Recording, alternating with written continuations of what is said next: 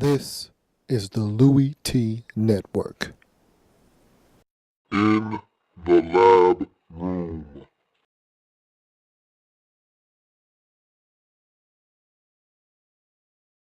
Welcome, you are in the lab room. I'm your host, Lou. Thank you for joining me. Week number 13 in the National Football League. It's Wednesday. You know what Wednesday means.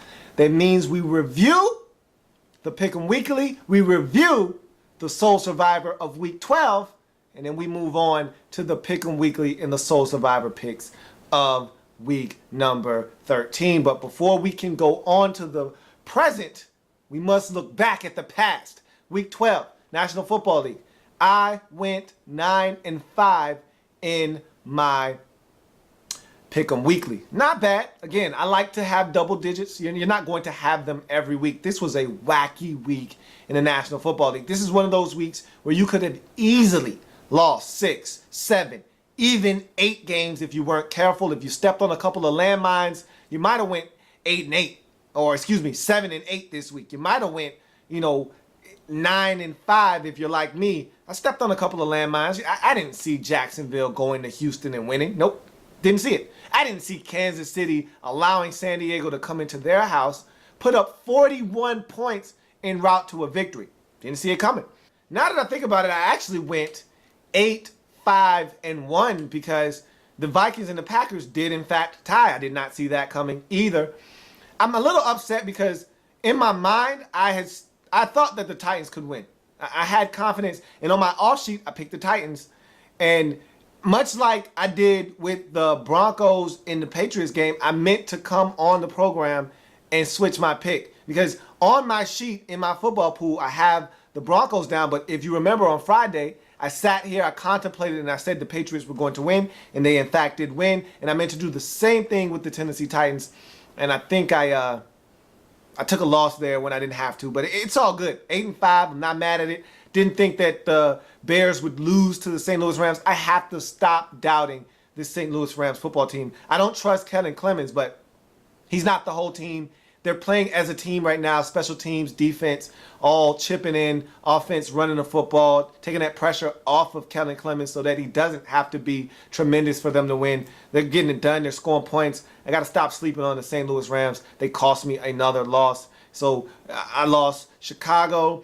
I lost Kansas City. Detroit, what a disappointment that was. But again, Tampa Bay is playing some extremely good football. Don't want to take anything away from the Buccaneers, but if you're Detroit, that's a terrible loss at home. You got to find a way to win that game. You didn't. That's another loss for me. So I lose Detroit, I lose Chicago, I lose Kansas City. I also take a L on that Oakland game. Again, I should have went with the Titans. I made the mistake of not flip-flopping those. I meant to and I didn't. So I'll take that L. It's okay.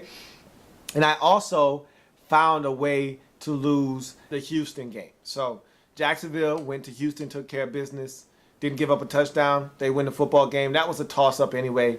I went with the home team, and they didn't get it done. It happens. 8-5-1 is the mark for week number 12. That brings me to a record of, and I hate having to put that nasty, dirty one at the end for a tie. I was hoping that we wouldn't have to do that this year. Remember, last year we had a tie as well with San Francisco and St. Louis. So now we find ourselves having to add that nasty, dirty tie at the end again. So now my record looks like that. And so winning percentage, still solid on the season. Still one of the best to do this. And now, included in those wins was the Thursday night football game in which the New Orleans Saints took care of the Atlanta Falcons. That was my sole survivor pick, which gets me off of the schneid.